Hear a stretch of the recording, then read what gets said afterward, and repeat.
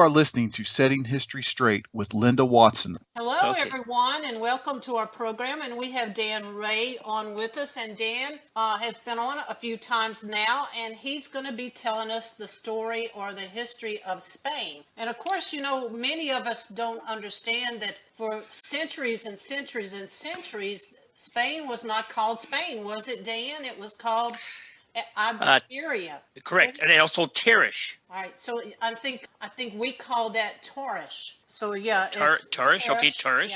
Yeah. When it was referring to Spain, we actually, I don't think they changed the name until to the time of Ferdinand and Isabella. That was when they changed the name to Spain. They didn't change it until that point, and before that time, it was called Iberia, which is where we get the word Hebrew. Is that not true? That's correct. I'm going to go ahead and turn it over to you and cover the history of Spain for us. Sure.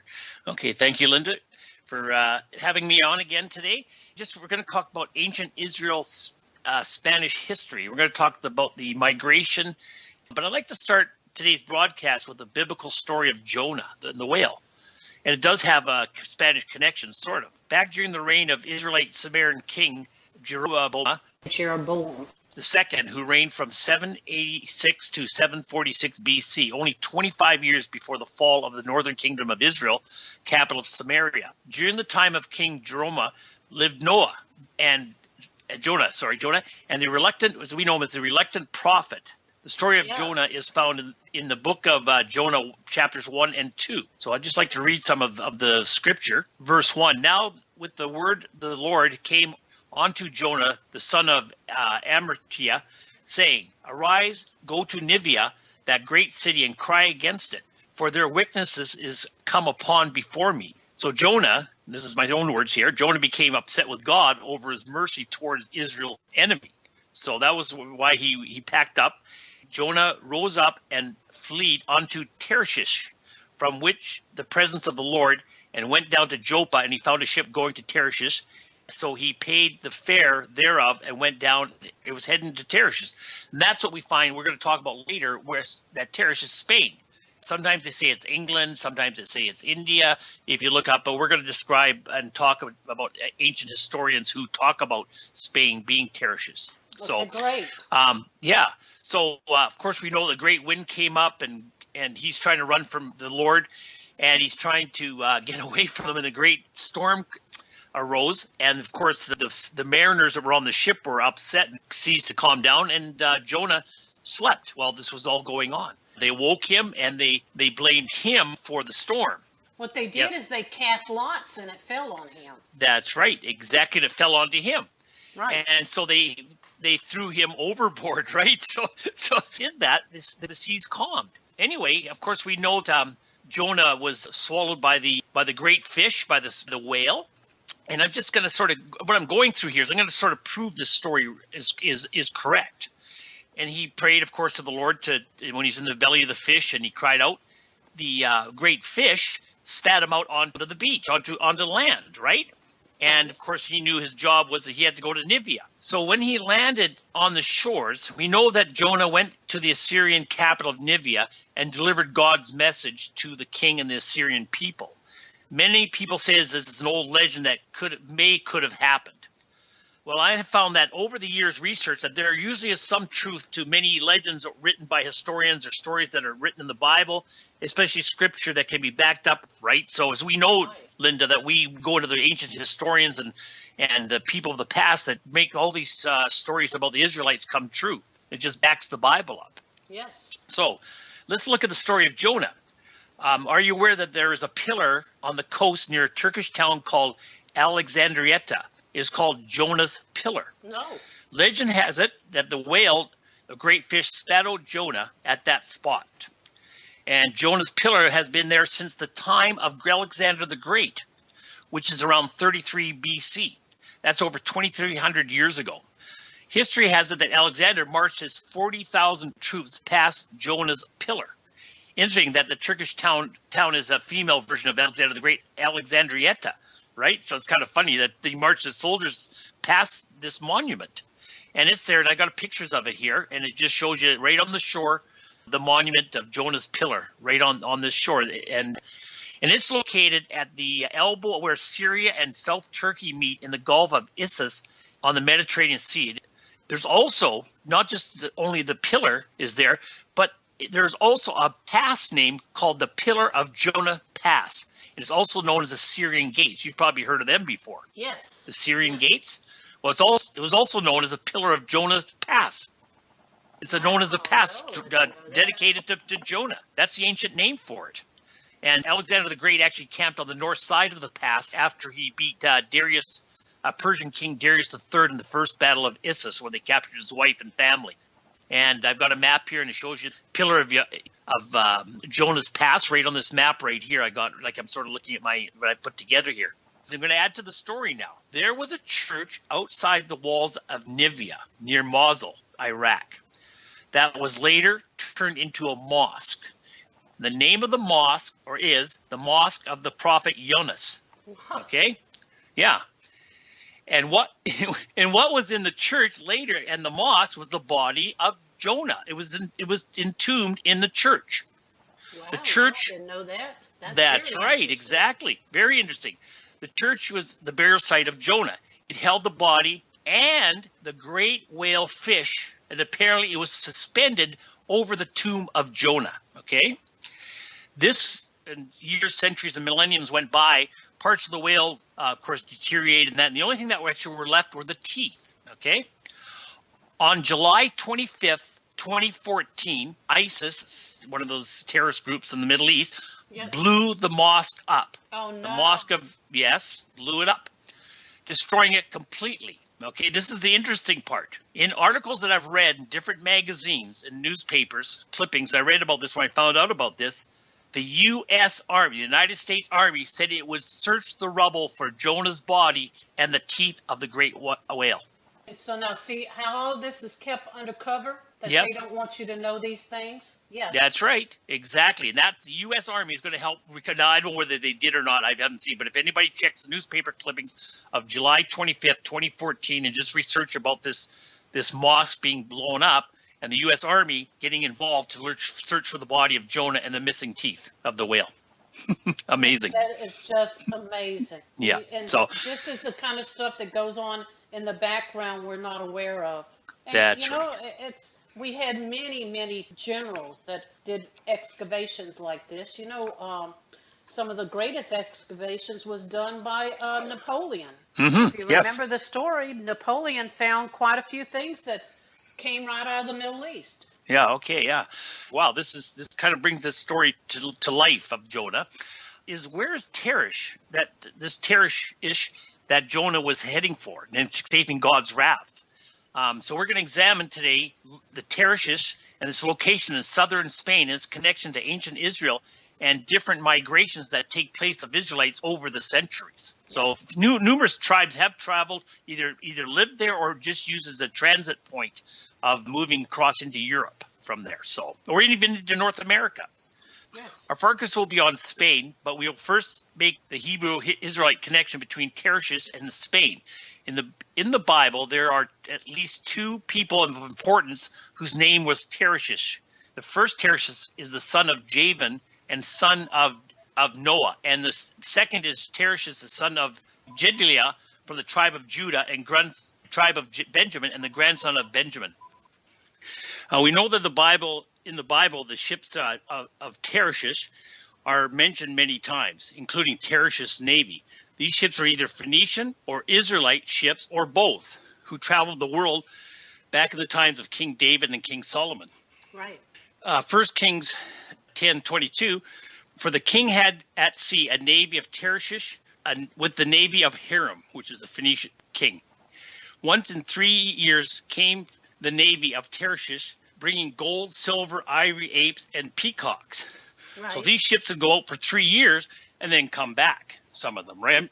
So where would they go? They were going all around the world, bringing back. We know the Phoenicians are great merchants, so they would go around the world and trade and then come back. They did it for 2,400 years.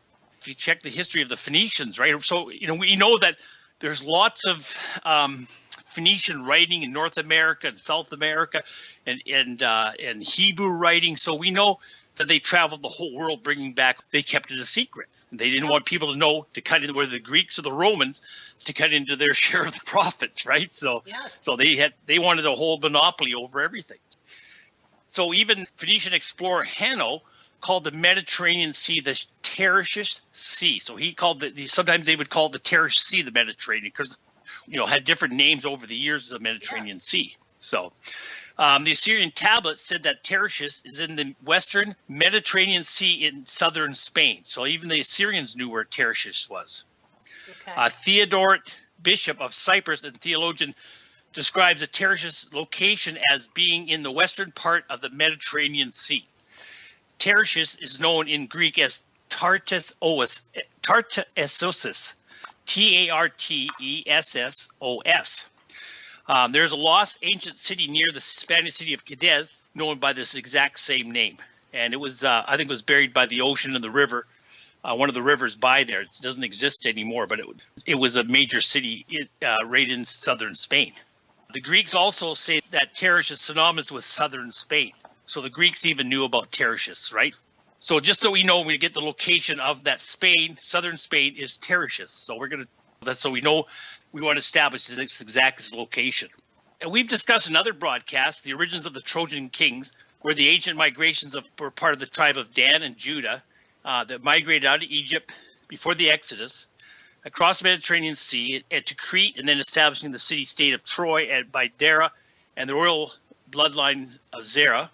And after the fall, of course, we got the Trojan migration to Asgard that we talked about under the Vikings. Right. And of course, now we're going to talk about the migration west. The Trojans migrated and established the Roman Empire, or not the Roman Empire, but moved to the western part of Italy and established a bit of a kingdom there, which ended up becoming the Roman kingdom, right? So, and that would be under Aeneas, yeah, right? Yeah. Yeah. So, so now we're going to follow the other brother of Dara, Kelkol, and he was the one who ended up going west. He started Athens, and then from there, he migrated after he established the Greek royal family.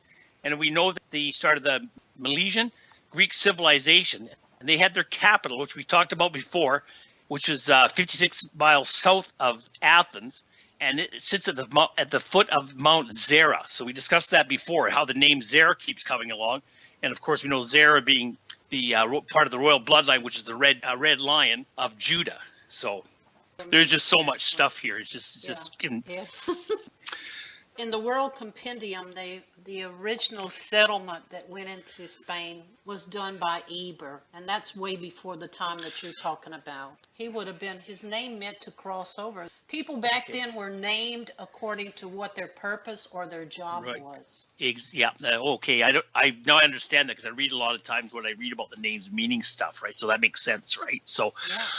After establishing the royal ruling class in Greece, Kelko moved west along the northern shores of the Mediterranean, establishing Zaragoza in the northeast Spain. Yeah. The city of Zaragoza, which still bears this name today, is the ancestor of Zara, and meaning Zaragoza, meaning the fortress of Zara. Wow. So that's still there to this day, Zara.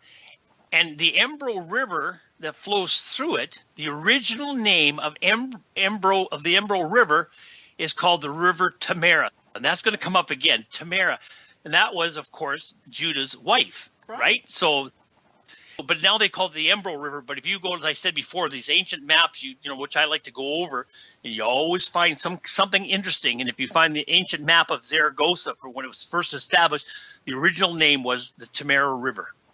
So it's very interesting because it's going to come up again as we go along here. Then establishing that city, Kelko proceeded to Ireland and established the royal family bloodline of Zara at Tara.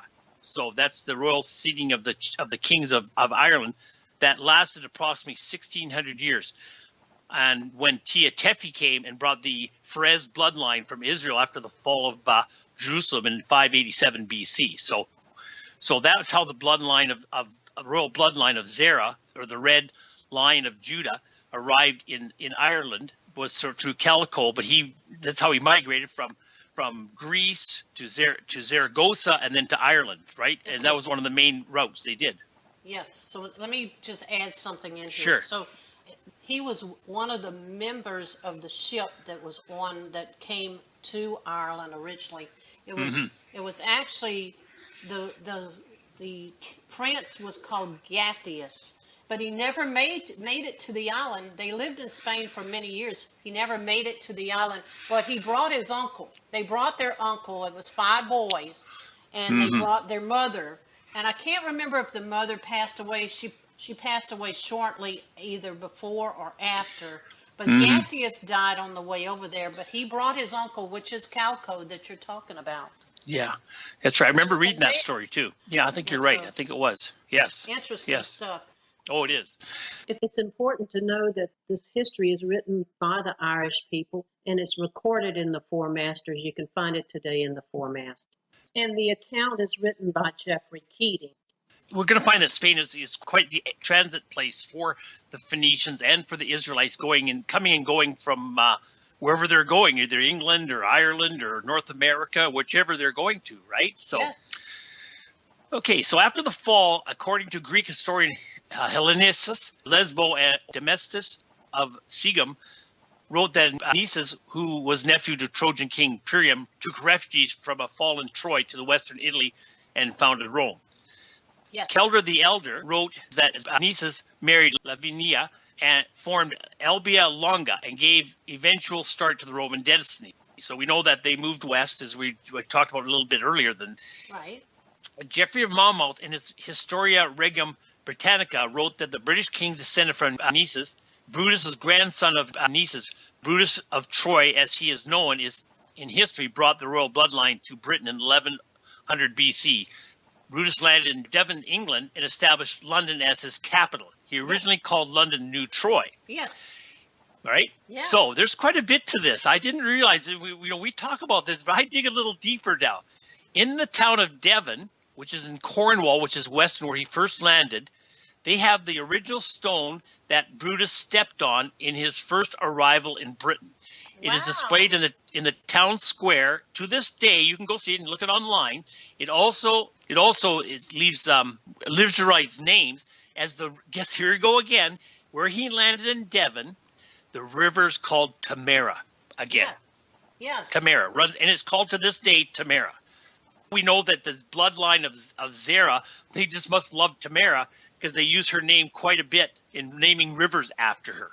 Now, where did you say that stone was? Devon, England. Okay, and it's in Cornwall. Is it in a building? Is it in a? No, it's right out in the street. It's like if you look it up on the internet, you can see pictures of it, right? So, and it talks about the Brutus stone. That is amazing. Still, I just almost fell over when I started researching this. I almost fell over. Actually, I'm going to get into a little deeper about this right now. Actually, I'm going to get away from it. I'm going to come back to it as we go along. First soil that he stepped on was a stone in Britain, and they have that in the town square in Devon. That is amazing. Yeah. So I know it's just stuff we come up with. I just can't believe it. It's just and the things that we're covering, most of you that are listening can Google and see some of this. That's right. Exactly. It's just that people haven't been taught it. They haven't been taught it because they don't know their connection to all of these kings and who these people were. They were all Israelites. That's right. It's amazing information. Yeah. Here's a couple other Israelite names that you're going to enjoy to hear. The island of Sardinia, which is in the Mediterranean, that large island off the southern France. Its original name is called the island of Zara or Zaradinia. That's the original name of Sardinia. And also, you probably know this one, the island of Cyprus off the southeast coast of today's Turkey was known as the island of Dan. No, That's the original I didn't know name. that. Cyprus? Yeah, Cyprus, yeah. The original name was the island of Dan. I've read that numerous places now in ancient writers. Yeah, so unbelievable. Okay, so we can talk about the Spanish city of Cadiz. It sits to the west of the Rock of Gibraltar in southwest Spain on the Atlantic Ocean. This city has a very colorful history. Cadiz's original name was the city of Gad. Yes. Named after the Israelite tribe of Gad. It's first established and is the first city in all of Europe, and it was established in 1100 BC. Yes. So Now, it's interesting because they were in southern Spain, but when they migrated into Europe, the Visigoths pushed themselves down to the bottom of Spain, and that main tribe that actually controlled the Visigoths was the tribe of Gad. That's right. They're known as Goths. That Goth and Gad are the same. To their homeland. That's right. Yeah, we're going to talk about that. We're going to get down to that's towards the end, but yes, that's exactly right. So the city of Gad, how do we know it was called the city of Gad? Well, if you go to the coat of arms of the city of Gad, or Cadiz, sorry, of today's Cadiz, it says in Latin, the city of Gad. It says it right on there. That is 3,100-year-old coat of arms. And it is still to this day, it's called the city of Gad, and it's in the city of Cadiz's coat of arms. So you can check it out yourself again on Google and check that out. The settlement is also known as Gadiz or Gadaria. Gadaria means land of the Gads, and Gades means house of the Gads. So that's Cadiz itself. If you look again at the coat of arms, and also there's 4 rivers that flow in southern Spain, all around the city of Cadiz. And they start with in the Spanish, it's Guad. So it's like Gad, Silver, and the different 4 rivers. You'll check and see that all the names of the rivers were named after the tribe of Gad. This is unbelievable history. Mm-hmm. Mm-hmm. So the Israelites and the Phoenicians used the city of Gad for centuries, traveling to and from Ireland and England.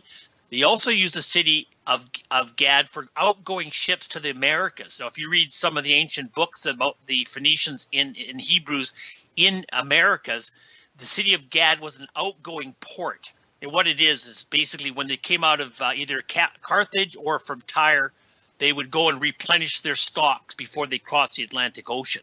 Yeah, okay, because it's interesting because Socrates wrote about America and how they had gone to this land with many rivers, and that was just this huge land, and it had this plain area, and it had mountains on both sides, and I mean, he just described it to a T. And that's right. They knew. They knew. Well, there's I just came across this. I can't remember. I was going to do a one day's course on this. But the very first atlas, called the Geographer Atlas, I can't remember the name. It was written by Ptolemy, and I think it was Ptolemy. I can't remember. And he wrote the first atlas. He gathered all the maps of the world up to 150 A.D. So it's 150 years or 120 years after Christ.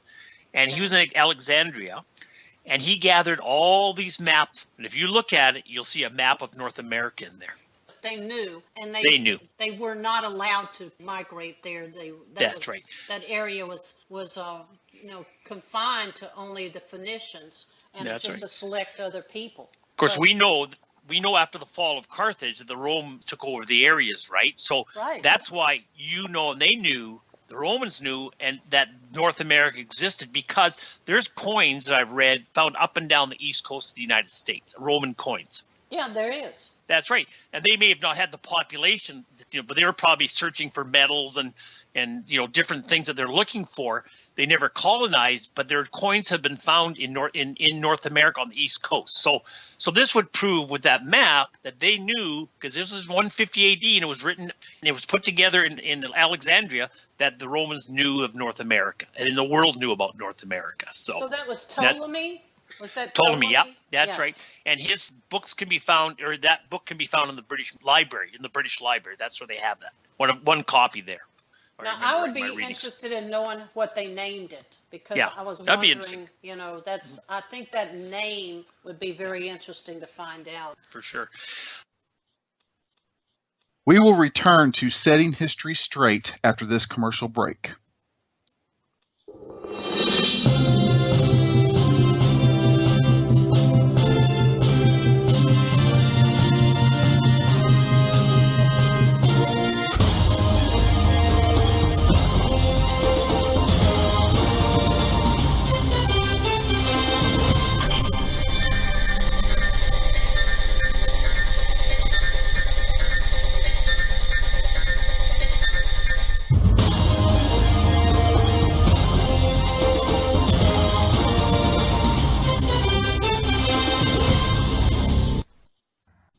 Where are the Israelites today?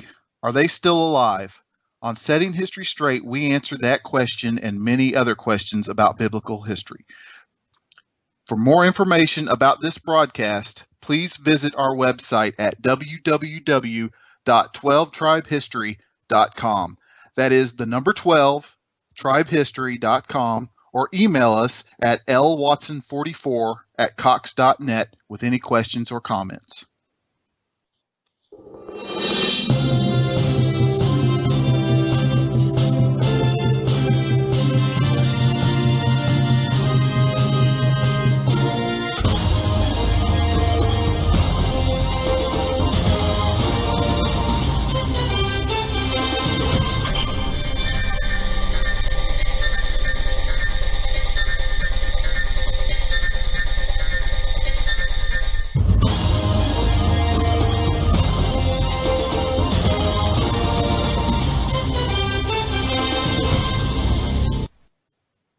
We now return to Setting History Straight with Linda Watson. Also, so when the ships returned with their precious cargoes, they landed on the east side of the Rock of Gibraltar to a port, Malaga, and it's still there to this day. And what they did there is replenish their ships to go back to Tyre or to Carthage, right? So they had an out port as being city of Gad or Cadiz, and then when they came back, they didn't tie up the two ships of interchanging with each other, right? So one was an in and one was an out.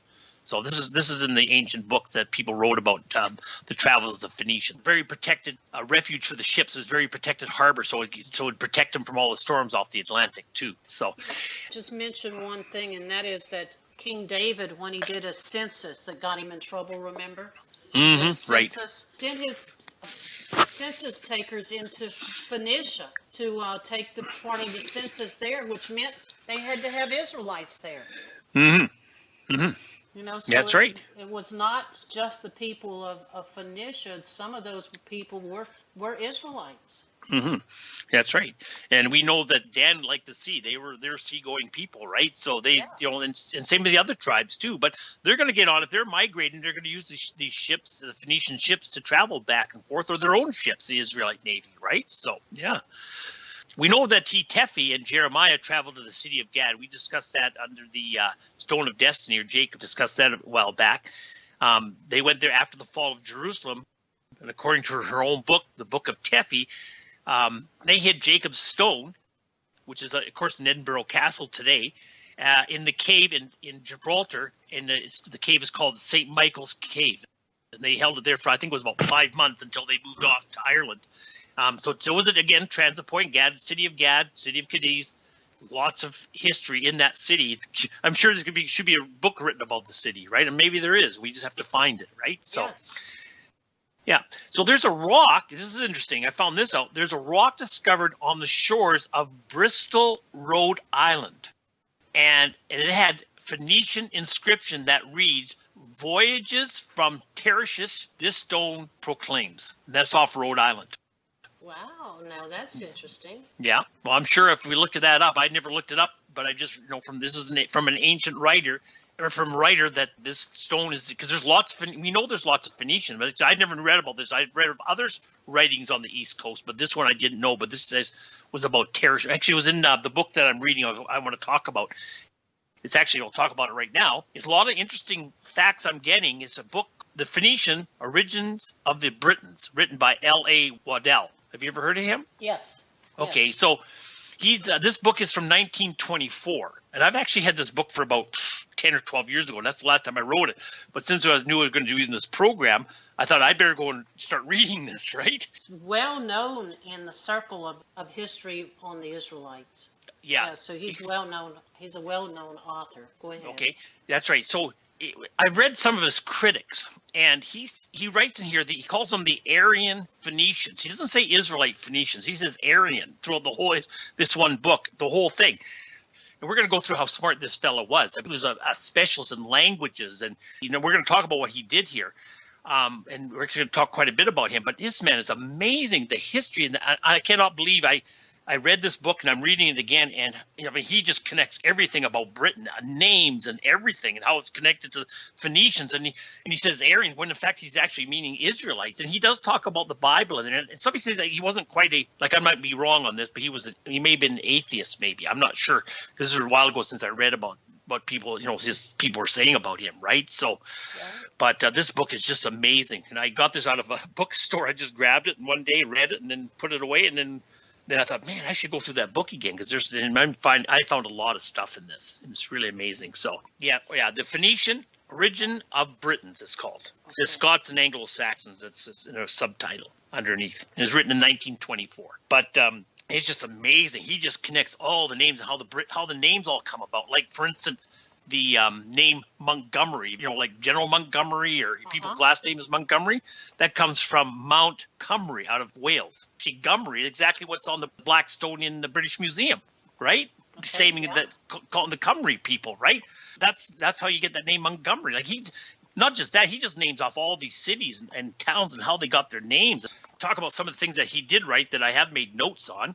And he says that members of the tribe of Gad, or known as Gadinoni, people of Gad, are found in different parts of Britain. He quotes Ptolemy that the tribes of Gad are found on the Frith of Clyde on Scotland's west coast and in the Don Valley of England. Okay. A Phoenician stone called the Newton Stone is found on the Don River area. As a matter of fact, according to Waddell, there are many Phoenician stones found out throughout Britain. As he should know, he's the one who deciphered them. So he's the guy who deciphered these stones. And you go through the book, and he talks about him trying to figure these stones out when he first got there, and he's got drawing after drawing of all these different Phoenician stones all throughout Britain, and he deciphered them. There's also an eastern part of Britain, of England, a river called Gad. An eastern part of Britain, of course, we got Tamara, we've got Gad. He also says that the Bay of Pennans in Cornwall, which is just by Devon, Cornwall, where St. Michael's Mound is, also known as Mare of Zion, that the point near there, just off there, is called the Point of Gadir, Gadir, meaning Point of the Gads. Right. So that's just outside of Pennans, which Pennans means place of the Phoenicians. Those names have unbelievable meaning.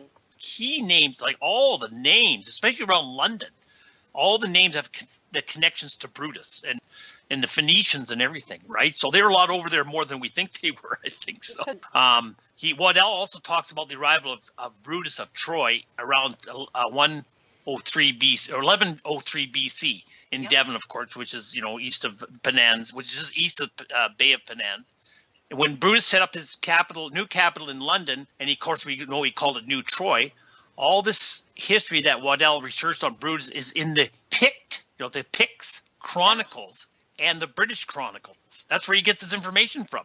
The Picts don't even exist anymore, but they wrote their history. They wrote about Brutus coming to England. That's where they get the information from. The Chronicles of Wales also talked about some of that. Oh, they probably do, because there's other books I may mention along here that talk about Brutus. So they were well established. The people, and it was recorded by numerous groups of people of Brutus arriving in England. So, yeah. These ancient books were written over 3,000 years ago. Yes. So, yeah, unbelievable. Yeah. Right. And then there's another stone in London known as the London Stone, which is said to be the altar of Brutus used for praying. And it's there today. I looked it up. I just read that today. I sort of read that, but I thought, I'm going to investigate this today. And it's another one. It's called the London Stone. You can check that out. And that's, just don't go to Wikipedia. I've got to dig a little deeper. This stone, and it's still there to this day in London, and it's called the London Stone. And they said it's a stone that Brutus prayed on. So, yeah. In 1070 AD, a poem was written about the landing of Brutus in Britain.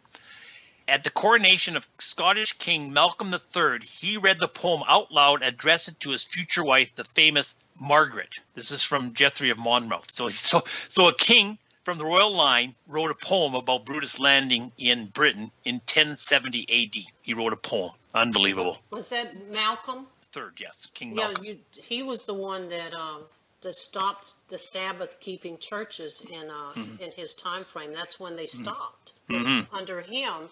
And his wife was a Catholic queen.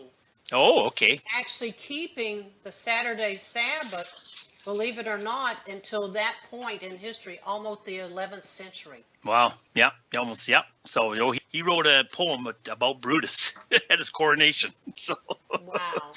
yeah. Here's about the Scottish. Brutus is also preserved in early Scottish chronicle of the Alban Duda. Yeah, so there it is. It's in the Scottish Chronicles too. Yes, of Brutus. Yeah, you're absolutely right. So yeah. Also, another ancient map in Britain. I've talked to you this before about. There's a river in England called the Simeon River. I think it's, if I remember right, it's somewhere near the Don River. So you have the River Gad, Tamara, Simeon. You have different rivers named in England after the Israelite tribes. So Yes. yeah. Okay, so this is where we're going to talk about the Celts coming now. In ancient times, the Celtic people were known as Cimmerians, of course, who were from the I always said they always come from the tribe of Simeon. So Cimmerians, that's if somebody's from their kids would be known as Cimmerians. Yes. They were found in mass in eastern part of today's Ukraine or Azareth. After the fall of Israel and Samaria, there was a three-way civil war. They don't mention much about this, but I've got some history on this civil war between Israelite Scythian tribes and Sumerian tribes, and they basically fought the Cimmerians. And one of the things that the Cimmerians didn't have were many horses. And the Cimmerians divided into two groups. One went up the Danube River, and they become the Celts, and creating the Celtic Empire in Central Europe. Another group went down to the back over the gates of Israel, created an empire called the Cimmerian Empire, which is in the northeast part of Turkey. And there's quite a bit of history there.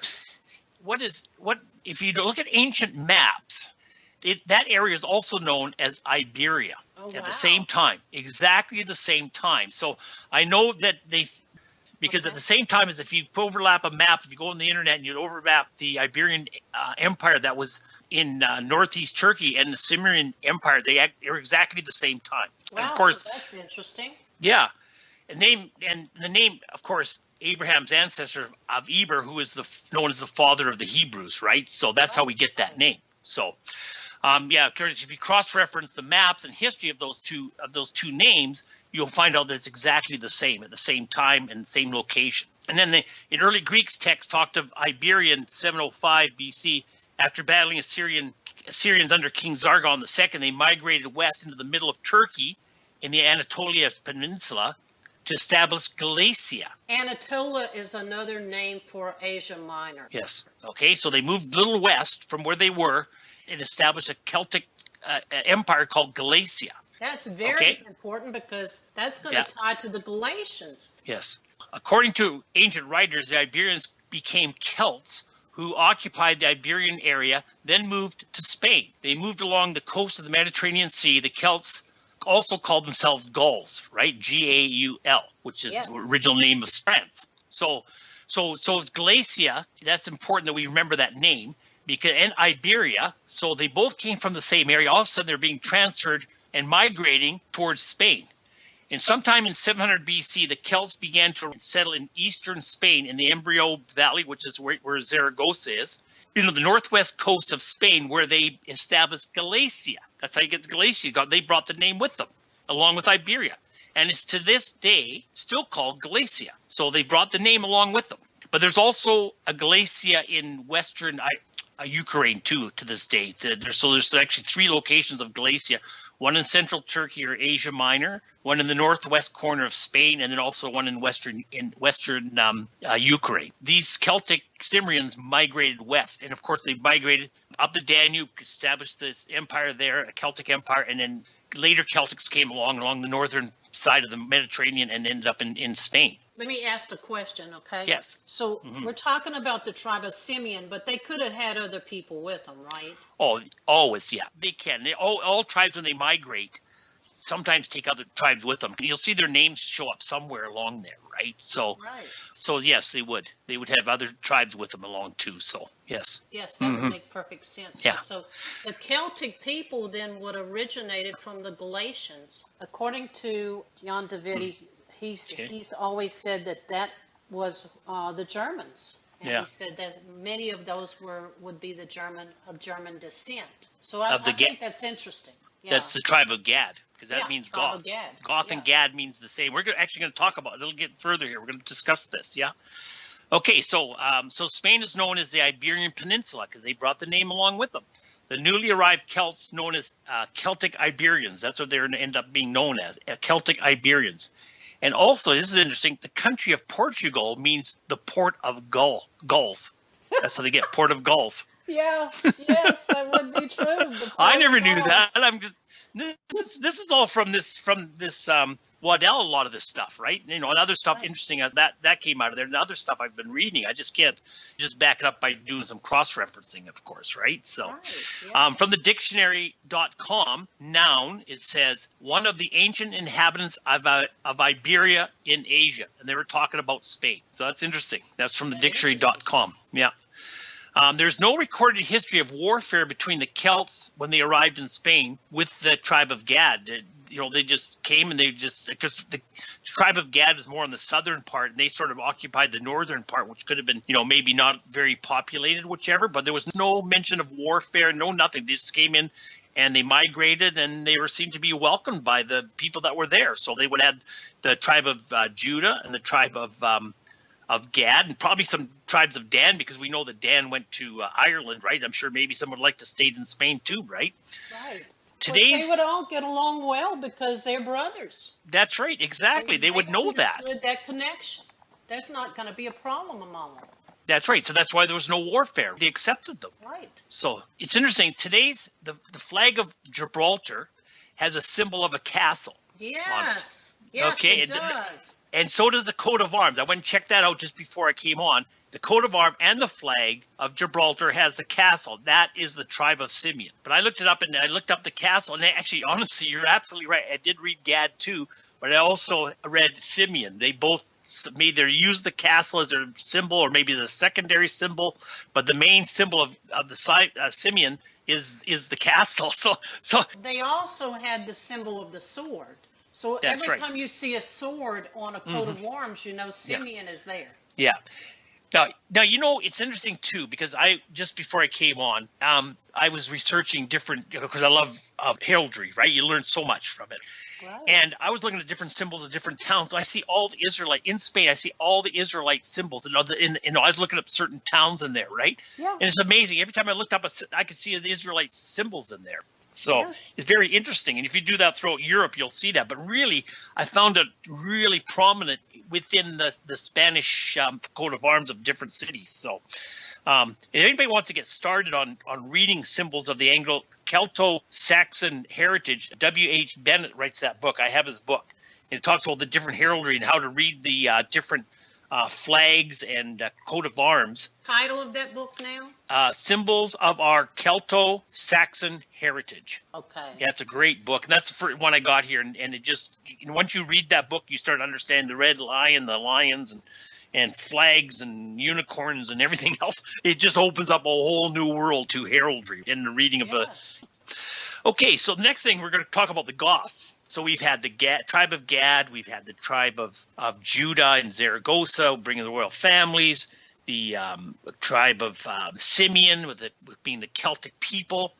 We're going to talk about the Goths to discuss here. So after the fall of Parthian Empire, the most powerful Israelite Scythian tribe called the Massagetae, who lived on the east coast of the Caspian Sea, were forced to migrate west because of the fall of Parthia.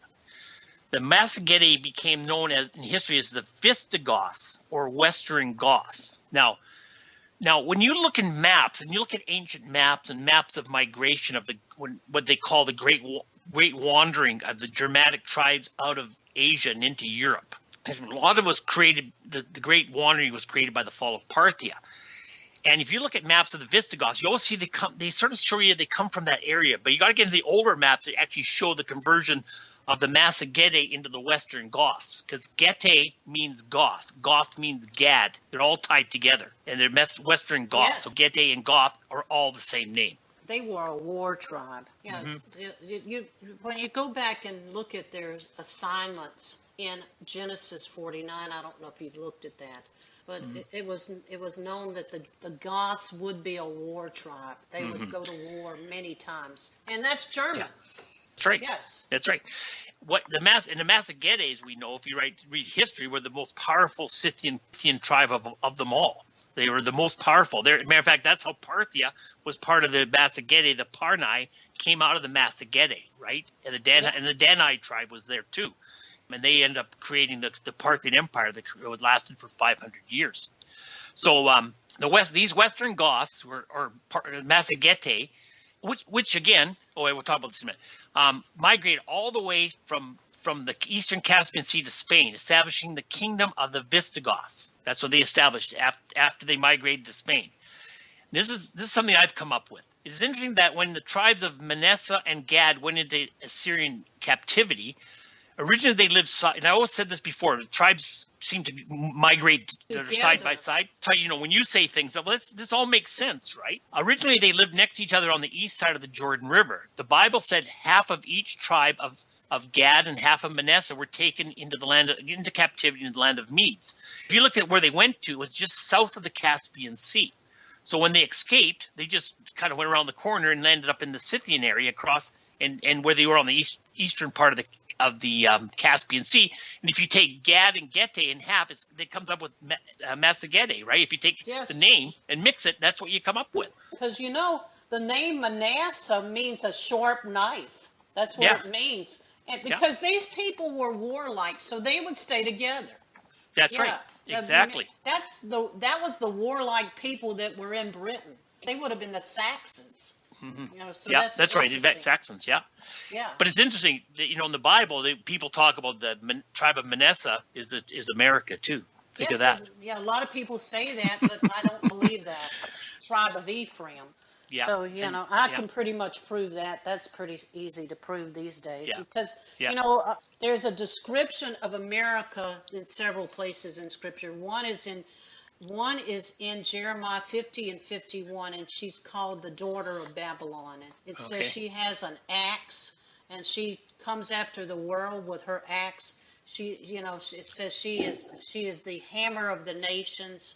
Mm-hmm. And it also takes it a little further. It says she would be Ephraim, and it says she would be the hindermost of the nations. And that means the last one to rise up.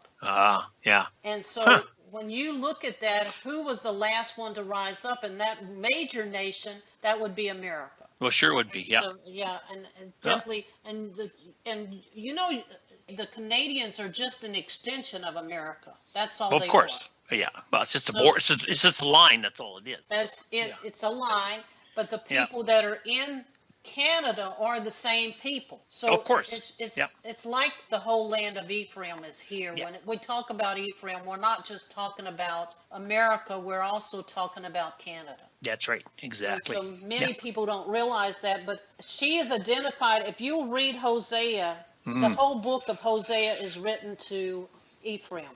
So the Massagetae would have felt welcome when they went to Spain, as if you got Gad being the Goths, they would have been welcomed already. So their ancestors had already been living in Spain for over since 1100 BC, at least the tribe of Gad. So, and if Gad and Getae and Goth are the same, they were related and they were welcomed into Spain. And just in closing, I just want to mention that the ancient name of the Strait of Gibraltar is called the Frith of Gadus of Goth. Gad and Goth mixed together in the name of the Strait of Gibraltar. So and Goth would have been one of the names of the Galatian. Yeah, that's right. Yep. So we got quite the connection between ancient Israel and Spain and the migrations of different tribes, not all tribes. Yes. So yes. Dan, I think this has been a wonderful program, and thank you so much for coming on. And I really appreciate all your work and your hard work on this. And we're going to have to close and say blessings to all and good night.